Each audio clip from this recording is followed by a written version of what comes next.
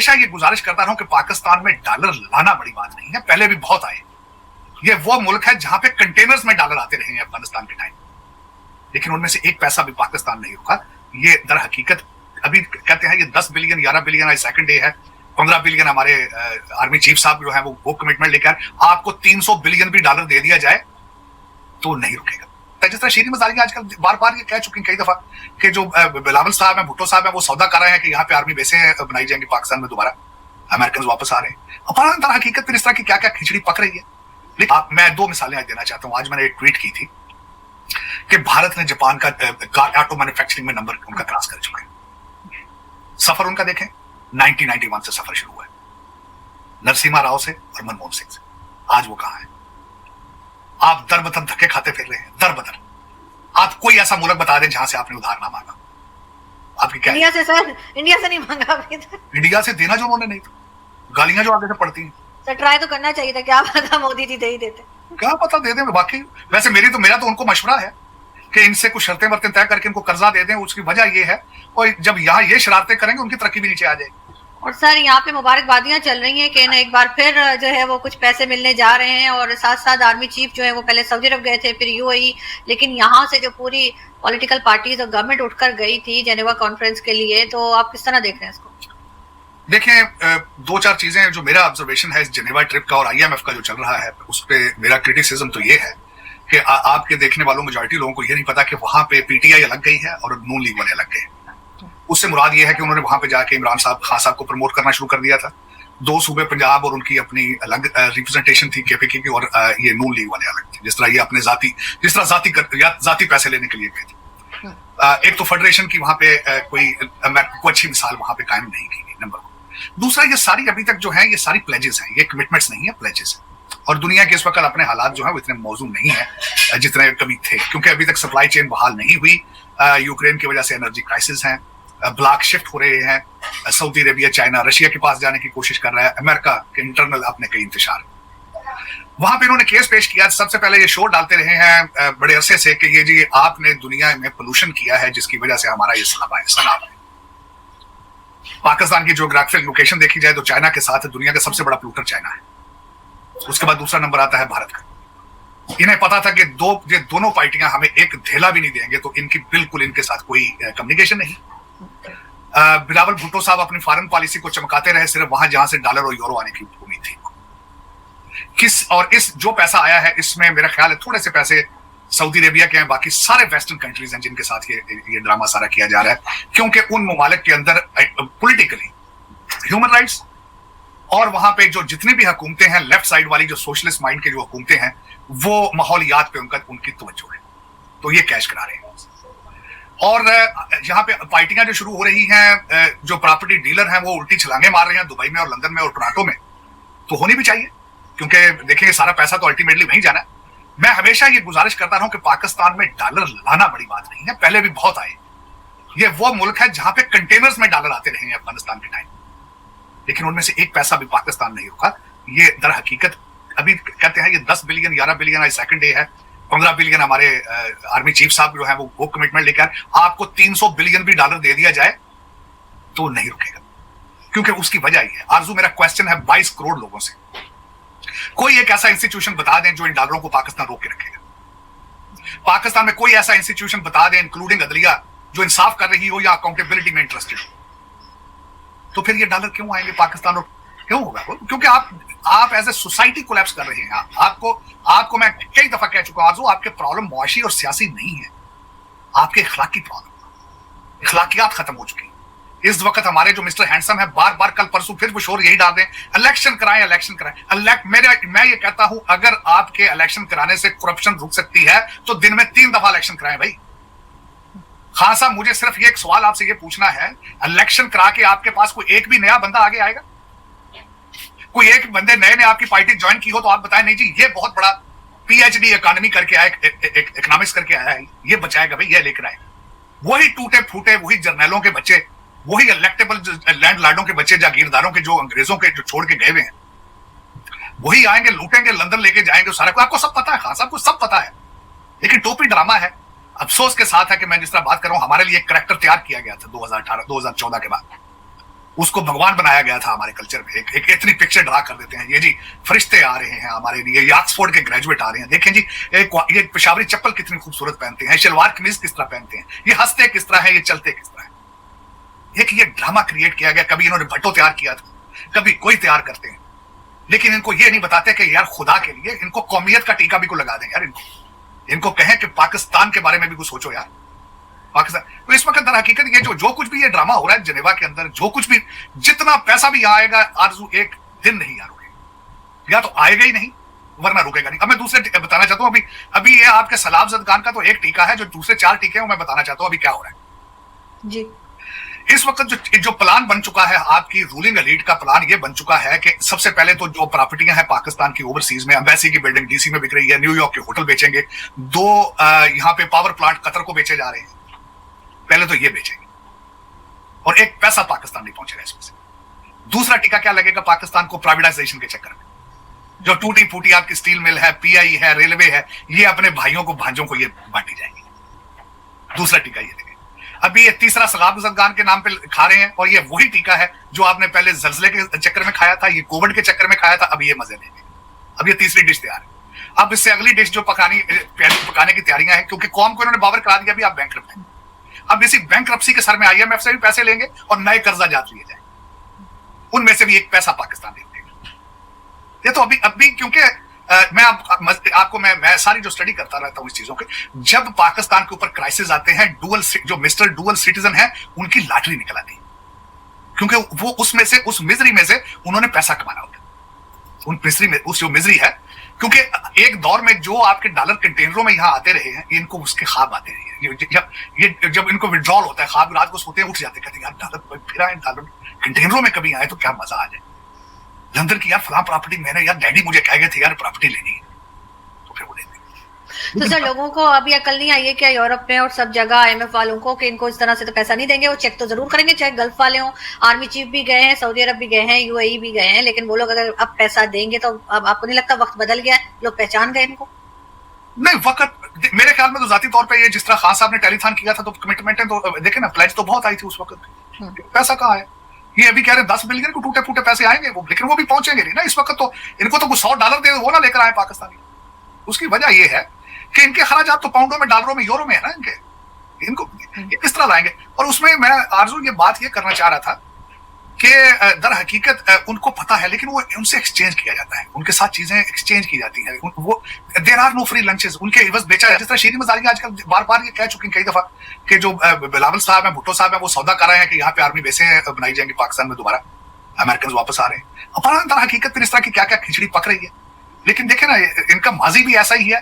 देखिए, जब भी आरजू किसी चीज के बारे में बात की जाती है, तो जब किसी चीज के बारे में फोरकास्ट की जाती है, उसके माजी को पढ़ा जाता है। तो माजी देख लें, आपके 76 साल का माजी क्या है, उसमें क्या है। इस वक्त आपकी जो लीड है, वहां पे एक फैशन है, ट्रेंड है डुअल सिटीजनशिप का, बच्चों को बाहर पढ़ाना, पढ़ा के वापस ला के इलेक्शन कराना। अब देखें ना, छोटे मियाँ साहब का जो बच्चा एक आ चुका है, जो पहले मनी लॉन्ड्रिंग में था, केसेस खत्म हो गए हैं, वो अब उसका हल्का ढूंढा जा रहा है। मैडम जो है वो खुद अपनी सर्जरी करा रही है, जो कुछ भी करवा रही है। पता नहीं जनेवा ही क्यों पिक किया उन्होंने, लंदन में बड़े बड़े अच्छे डॉक्टर थे, हो सकता है जनेवा में जो पैसे मिल रहे हैं वो भी तो उनका भी तो मुलाकातें करनी होंगी। जनेवा में सारे इकट्ठे हुए, पता नहीं क्या बात है वहां पे जनेवा में, क्या खास अट्रैक्शन। अब वो उनका बच्चा जो है सफदर, अगला चीफ मिनिस्टर, उसको भी लाइन में लग चुका है। पाकिस्तान आ गए, सब पाकिस्तान पहुंच गए, उन्होंने कहा जी इधर आ गए। लेकिन साथ साथ जहां डैडी की दुकान होगी तो वहीं ना, देखे ना, लंदन तो सिर्फ प्रॉपर्टी रखते हैं, रहायश रखते हैं, कमाने का सिलसिला तो यहाँ फैक्ट्रियां उनकी यहाँ पे हैं, दुकानें यहाँ पे हैं, असेंबलियां दुकानें हैं ये। देखे ना, हमारे रिस्पेक्टेड जनरल साहब थे, नेशनल डिफेंस यूनिवर्सिटी में खिताब करके गए थे कि उस्मान बुजदार 500 अरब रुपया छोड़ के गया था, आज उसमें 5 रुपए नहीं है पंजाब में। तो भाई वो कहाँ गए? सर बिल्कुल, पंजाब से मुझे याद आया कि इमरान खान भी कह रहे हैं कि परवेज इलाही की करप्शन की वजह से मेरा पॉपुलैरिटी का ग्राफ नीचे जा रहा है। देखें, नहीं, उनका नीचे कहाँ जाना है, वो तो अमीरुल मोमिनीन है भाई, उनका तो नीचे किस तरह, उनका तो ग्राफ ना फराग होगी नीचे ला सकी, ना फर्स्ट लेडी ला सकी, ना जुल्फी बुखारी ला सका, ना मुराद सईद ला सका, तो ये किस तरह ले आएगा? अमीरुल मोमिनीन तो गलती कर नहीं सकते, ये तो भाई दूसरे लोग हैं ना, आसपास है, वो तो भाई वो तो सोच भी नहीं सकते गलती के बारे में। उनका ग्राफ नीचे नहीं आएगा। वो जिस मिशन पर आए हैं वो मिशन मुकम्मल करेंगे और फिर अपने बच्चों के लिव हैप्पीली फॉरएवर। वो उनका तो अपना एक मिशन है, एजेंडा है, उस पर वो काम कर रहे हैं, अपने एजेंडे पे मुसलसल कामजन है। अब मिलते तरले कर रहे हैं, और हमारी एस्टेब्लिशमेंट ऐसे है, कोई पता नहीं किसी वक्त एस्टेब्लिशमेंट मिलकर फिर दोबारा उनसे मिल जाए, क्योंकि Pakistan is a land of unprotectable, वहां पे कुछ भी हो सकता है। और जिस तरह सर क्या ये बेसिस दे रहे हैं सर, आप जो आप कह रहे थे बिलावल भुट्टो का, तो क्या बेसिस वाकई दी जा रही है दोबारा से अमेरिकन को, या ये उनका काम अब पाकिस्तानी करेंगे जो ड्रोन वगैरह लेके जाने? देखिए पाकिस्तानी तो 70 से कर रहे हैं ना काम उनका, 70 से जब अफगानिस्तान में रशिया आया था उस वक्त से कर रहे हैं, जो पैसे दिखाएगा उसका काम कर देंगे वो। हमारा तो यही है कि पैसे की बात है, जो पैसे दे देगा देखिए हम चल पड़ेंगे उस साइड, हमारा तो उसमें तीसरा तो क्वेश्चन ही नहीं है। तो उसमें सर ये भी सुनने में आ रहा है ना कि ऑपरेशंस की तैयारी कर रहे हैं, उसमें ये पाकिस्तान के अंदर भी जो है वो अटैक करेंगे टीटीपी पे, और अफगानिस्तान के अंदर भी, लेकिन दूसरी तरफ टीटीपी की तरफ से भी तो कहा गया है कि 9/11 टाइप का इस्लामाबाद में कुछ कर सकते हैं, तो वो खतरा तो है बारह। देखिए वो तो देखिए इंतजार किस चीज का कर रहे हैं, मुझे तो ये समझ नहीं आती। ये जो अटैक, ये इनको जो काउंटर अटैक करना चाहिए आज से 6 महीने पहले करना चाहिए था इनको। अब तो वो कैबिनेट बना ली है उन्होंने, वो सारा कुछ सेटल अप कर लिया, वो कहते हैं ये इलाके हमारे, निकलो आप निकलो भाई यहाँ से, वो कहते हैं हमारे। वो देखे ना इस वक्त उनके, आप मैं बताना चाहूंगा कि उनकी शरायतें क्या है। वो कहते हैं फाटा का स्टेटस खत्म करो, और ये बॉर्डर जो आपने बॉर्डर फेंस लगाई है इसको खत्म करो। फिर वो कहते हैं कि फाटा के अंदर हमारे पहले शरिया लगाओ जो अफगानिस्तान में, फिर वो कहते हैं हमारा अगला कि पूरे पाकिस्तान के अंदर शरिया लगाई है। या तो फिर ये जो अगले दिन राना सनाउल्लाह साहब भी कह रहे हैं कि हम कह रहे हैं वो टेबल पर आके बैठे, तो टेबल की शरायत तो उन्होंने दे रखी, तो आप या तो वो माने। आज खान साहब की स्टेटमेंट आई है कि हमने जब इनसे डायलॉग कर रहे थे तो सारे लोगों की आमादगी देखकर सब everybody was on consensus on the table. तो वो उनका तो ये है कि इस हमाम में सारे मेरे साथ थे, तो अब देखें क्या बनता है। लेकिन टेररिस्ट के साथ, दहशतगर्दों के साथ टेबल पे कौन बैठता है? देखिए अगर दहशतगर्द बनाए खुद हो तो फिर क्या करें। और आपके आधे सियासतदान माजी में कहते रहे ये हमारे बच्चे हैं, और ये दहशतगर्द कैसे हैं? सारे तालिबान तो आपने खुद बनाए हैं, इनकी ट्रेनिंग आप खुद करते रहे, ये कौन से दहशतगर्द है? और मुझे ये बताएं कि आपके जो वो मिस्टर एस्टेब्लिशमेंट है वो कहते रहे कि तालिबान की 5000 फैमिलियां इस्लामाबाद के आसपास बैठी, तो आप इनको दहशतगर्द किस तरह कह लेंगे? फिर आप वो तो हिस्सा है आपका, हर शहर में घुस चुके हैं। आपने ईरान से नहीं सीखा था? ईरान में अफगान महाजरीन गए थे, उन्होंने उनके कैंप अलग बना के रखे थे, उससे बाहर नहीं निकल सकते थे। आप उनको शनाख्ती कार्ड बेचते हैं अपने पैसे लेकर, आज हर शहर के अंदर वो बैठे हैं, कारोबार कर रहे हैं। उनका जब दिल करता है वो तालिबान बन जाते हैं, जब दिल बनता है वो अफगान महाजरीन बन जाते हैं। आपको पैसे मिलते थे यूएस एड के महाजरीन के, तो आप लेते रहे, और वो सारे पैसे बाहर पड़े। आपको तो शौक है ना डुअल सिटीजनशिप। भाई कनाडा के अंदर जाके देखें, इनके महल्लात देखें, लंदन के अंदर इनके महल्लात देखें, 18 ग्रेड का अफसर होता है, बच्चे उसके जो है वो 40 करोड़ के घरों में बैठे होते हैं कनाडा के अंदर। तो सर कम से कम ये झूठ तो बोलना बंद करें कि हमने कोई दहशतगर्दी की जंग लड़ी है, कि हम का हिस्सा रहे। कौन सी लड़ी है? पैसे पकड़े हमने सीधे सीधे ऐसे? बिल्कुल हर चीज हमारे, अब किसी चीज को अपनी पॉलिसी को देख ले, आपकी सारी पॉलिसी डॉलर बेस, जहां से आपको कुछ ना मिलता हो आप उस साइड पे जाते ही नहीं, बिल्कुल ये अंडरस्टूड है। और ये आज की पॉलिसी नहीं है आपकी, 1947 से ये पॉलिसी, 1947। मैं इसकी आईएमएफ की अभी रिसेंट हिस्ट्री पढ़ा था, 1950 में आपने ज्वाइन किया आईएमएफ, 22वां प्रोग्राम है। तो पहला जो पैसा आता रहा आईएमएफ से वो कहां जाता रहा? खान साहब ने कर्जों, इन्होंने 130 अरब रुपया कर्जा लिया, वो किधर गया भाई? एक सिंगल ईंट नहीं इन्होंने लगाई। कोई पूछे इनसे? कौन पूछेगा? अब जो नया पैसा आ रहा है यहां से, वो एक पाकिस्तानी जर्नलिस्ट है यूनुस खान, उसने शहबाज शरीफ साहब से क्वेश्चन किया वहां पे, जी इसका ये पैसा कैसा लगाया जाएगा? शरीफ साहब ने कह दिया आगे से, जी इसकी थर्ड पार्टी ऑडिट कराया जाए। वो कौन सी थर्ड पार्टी है? वो आप ही एक पार्टी होगी कोई, आप ही का कोई वजीर एक बैठ के मोहर लगा देगा, जी पैसा हमने भेजा, तो हमने तो भाई सिंध भेजा था, लंदन चला गया, हमारा क्या कसूर है? वो इस तरह का ऑडिट हो जाएगा। लेकिन ये कि आरज़ू देखें, बहसीत कौम, बहसीत सोसाइटी आपको और क्रैप से, आपका मसला ये डॉलर मालर नहीं है, आपका इखलाकी मसला है। मैं 2 मिसालें आज देना चाहता हूं। आज मैंने एक ट्वीट की थी कि भारत ने जापान का ऑटो मैन्युफैक्चरिंग में नंबर उनका क्रॉस कर चुका है। सफर उनका देखें 1991 से सफर शुरू हुआ है, नरसिम्हा राव से और मनमोहन सिंह से। आज वो कहां है? आप दर बदर धक्के खाते फिर रहे हैं, दर बदर। आप कोई ऐसा मुल्क बता दें जहां से आपने उधार ना मांगा। आपकी क्या? इंडिया से सर, इंडिया से नहीं मांगा अभी तक। इंडिया से देना जो उन्होंने नहीं था, गालियां जो आगे से पड़ती हैं। सर ट्राई तो करना चाहिए था, क्या पता मोदी जी दे ही देते। क्या पता दे दें बाकी। वैसे मेरा तो उनको मशवरा है कि इनसे कुछ शर्तें वर्तें तय करके इनको कर्जा दे दें। उसकी वजह ये है, और जब यहाँ ये शरारतें करेंगे उनकी तरक्की भी नीचे आ जाएगी। लेकिन ये कि बांग्लादेश आगे, आज तो मजे की बात है, मैंने आज एक इस सब्जेक्ट पे मैं डिस्कशन किसी के साथ कर रहा था, कहते हैं पहले किसी ने मुझे कहा 5 लाख से $1.5 मिलियन डेली डॉलर जा रहा है अफगानिस्तान के अंदर। तो जब मैंने अफगानिस्तान की करेंसी देखी तो 80-85 अफगानी करेंसी का $1 है, आपका 280 रुपए का डॉलर मिल फिर भी नहीं रहा सर, कह दिया इन्होंने। लोगों ने अमेरिका भी जा रहा होगा तो 1200 देंगे सिर्फ, साफ इस्लामाबाद, आरजू इस्लामाबाद की हर बेसमेंट में डॉलर पड़ा है, इस्लामाबाद की हर बेसमेंट के अंदर यूरो पड़ा है।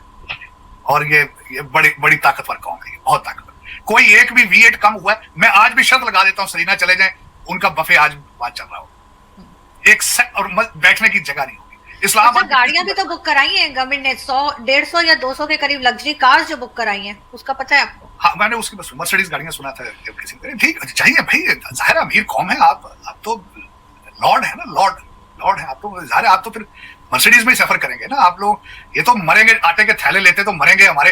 आज बल्कि दुख के साथ कहूंगा कि मीरपुर खास के अंदर एक हिंदू भाई हमारा जिसका नाम हूर सिंह कोहली है बेचारा, वो वहां पे आटा लेने के दुख की बात है। मैं तो लुकिंग फॉर हिज फैमिली, मेरा फैक्ट आज मैं उसकी कोशिश कर रहा हूँ कि 7 जनवरी को उसके 9 बच्चे हैं, उसकी 7 बच्चियां हैं। मैं उसकी पूरी स्टोरी शेयर करना चाहता हूँ आपसे।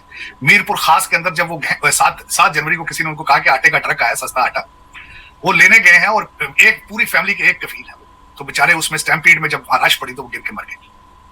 23 जनवरी को उनकी बच्ची की शादी थी, 23 जनवरी। देखिए आपकी तो एनजीओज, आपके तमाशे इधर उधर के आपको तो मिल जाएगा, एक हिंदू सिंध के अंदर उसका कौन वाली वारस होगा? तो दोस्तों, जैसा कि आपने क्लिप में देखा कि पैसों के लिए दर बदर भटक रहे पाकिस्तान ने अब अमेरिका के सामने हाथ फैलाए हैं और पाकिस्तान ने अमेरिका से पूरे 10 अरब डॉलर लगभग 96,000 करोड़ रुपए मांगे हैं। इन पैसों का इस्तेमाल पाकिस्तान अपनी इकोनॉमी को मजबूत करने के लिए करना चाहता है, बनाने के लिए करना चाहता है। पाकिस्तान लंबे समय से आर्थिक संकट से जूझ रहा है और अब उसने अमेरिका से यह मदद एक ऐसे समय में मांगी है जब उस पर इंटरनेशनल मॉनेटरी फंड IMF का बेल आउट प्रोग्राम पहले से ही चल रहा है। ठीक है भाई साहब। तो भाई साहब पाकिस्तान की मतलब कि मांगने की आदत तो कभी जाएगी नहीं भाई साहब। वो मतलब कि भाई साहब किसी से मतलब कि किसी के लिए थोड़ा सा काम भी कर देना, थोड़ा सा काम। अमेरिका ने थोड़ा सा काम करवाया था, उनसे मीडिएटर का रोल निभाया था भाई साहब जंग को रुकवाने के लिए, लेकिन भाई साहब उसके बदले में अभी 10 बिलियन डॉलर मांग रहे हैं। ठीक है भाई साहब, क्यों मांग रहे हैं, कैसे मांग रहे हैं और किस लिए मांग रहे हैं, अभी मैं आपको बताता हूँ। ठीक है, साल 2023 में पाकिस्तान डिफ़ॉल्ट होने वाला था। ठीक है भाई साहब, डिफ़ॉल्ट होने की कगार पर था। ठीक है, तब उसे अंतर्राष्ट्रीय मुद्रा कोष IMF से मिले 3 अरब डॉलर के आपातकालीन पैकेज ने बचा लिया था। इसके बाद पाकिस्तान ने IMF से फिर 7 अरब डॉलर का एक और बड़ा लोन, हालांकि IMF से लोन मिलने की शर्त ही ये थी कि पाकिस्तान को इसके बदले में अपनी जनता की कमाई पर सरकार द्वारा वसूले जाने वाले टैक्स को बढ़ाना होगा। इससे देश में महंगाई चरम पर पहुंच जाएगी। पाकिस्तान के साथ एक और बड़ी दिक्कत यह है कि पाकिस्तान की उसका विदेशी मुद्रा भंडार, जो पाकिस्तान का विदेशी मुद्रा भंडार है, भंडार को भी चीन और सऊदी अरब जैसे मित्र देशों के लिए उधार के भरोसे है।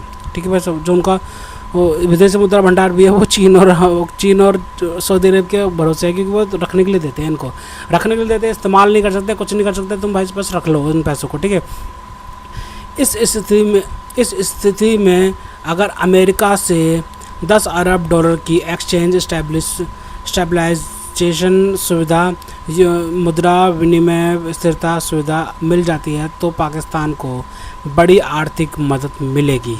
ठीक है भाई साहब, मतलब कि स्वैप कराना चाहते हैं वो अपनी मनी को कि भाई पाकिस्तानी रुपए देकर और डॉलर खरीद लें।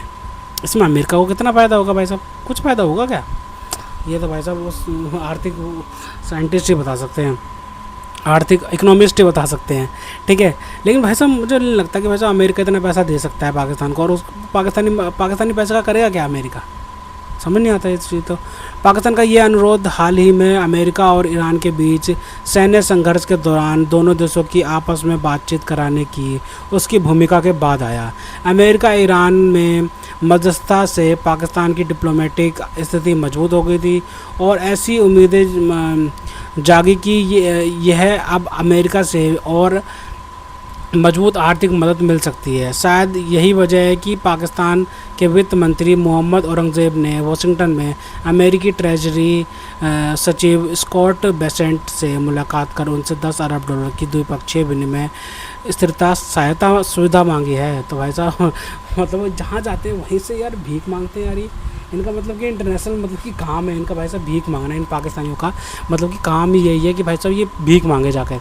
ठीक है, ये कोई पारंपरिक लोन या उधार नहीं, बल्कि ये एक तरीके की करेंसी स्वैप है। हाँ, इसके तहत अमेरिका ट्रेजरी पाकिस्तान को कोई फंड दान या भीख में नहीं देता, बल्कि यह अमेरिकी डॉलर के बदले पाकिस्तानी रुपए का एक स्थायी विनिमय स्वैप होता है। इससे पता चलता है कि देश के पास डॉलर की शॉर्ट टर्म गारंटी है। इससे अमेरिकी निवेशकों का भरोसा भी मजबूत होता है और देश में विदेशी निवेश की दोबारा शुरुआत होती है। इससे पाकिस्तान को IMF के कई शर्तों का सामना करना पड़ा। इससे पहले हमने खबर देखी थी कि जो क्या बोलते हैं डोनाल्ड ट्रंप की कंपनी है भाई साहब, वो क्रिप्टो में मतलब कि बहुत ज़्यादा इन्वेस्ट कर रही है और पाकिस्तान में जाके बहुत ज़्यादा क्रिप्टो में इन्वेस्ट किया जा रहा है डोनाल्ड ट्रंप द्वारा। तो भाई साहब ये बहुत बड़ी गेम चल रही है, जो कि दुनिया को भाई साहब पता होना चाहिए कि भाई साहब अमेरिका किस तरीके से पाकिस्तान का इस्तेमाल कर रहा है, क्या बोलते हैं डोनाल्ड ट्रंप किस तरह से इस्तेमाल कर रहा है अपने पैसे को डबल करने के लिए। भाई साहब बहुत फ़ायदा हो रहा है अमेरिका को, ठीक है भाई साहब, और डोनाल्ड ट्रंप की कंपनी को बहुत ज़्यादा फ़ायदा हो रहा है। अमेरिका को नहीं हो रहा, डोनाल्ड ट्रंप की कंपनी को ज़्यादा फ़ायदा हो रहा है, ठीक है वैसे। और ये पाकिस्तान को भीख मांगने की आदत जाएगी नहीं। और अब आपको क्या लगता है कि वैसा अब अमेरिका देगा क्या वैसे इनको पैसा? में तो लगता नहीं वैसा वो देगा, किसी तरीके से भरोसा कर सकता है पाकिस्तान में। ये वही डोनाल्ड ट्रंप है जिसने कहा था कि वैसा 33 बिलियन डॉलर खा गया पाकिस्तान और हमारे लिए इसने कुछ किया भी नहीं। ये वही डोनाल्ड ट्रंप है, तो बच के रहना चाहिए इस डोनाल्ड ट्रंप से। तो खैर तो दोस्तों, अगर आपको हमारी वीडियो पसंद है तो कम से कम व्हाट्सएप पर जरूर शेयर कीजिएगा, साथ साथ चैनल को सब्सक्राइब करके हमारा मनोबल जोर बढ़ाएगा ताकि हम आपके लिए ऐसे मंजर पर सुनाते रहें। तो ऐसे मिलते हैं आपसे अगले वीडियो में, तब तक ले जाएंगे।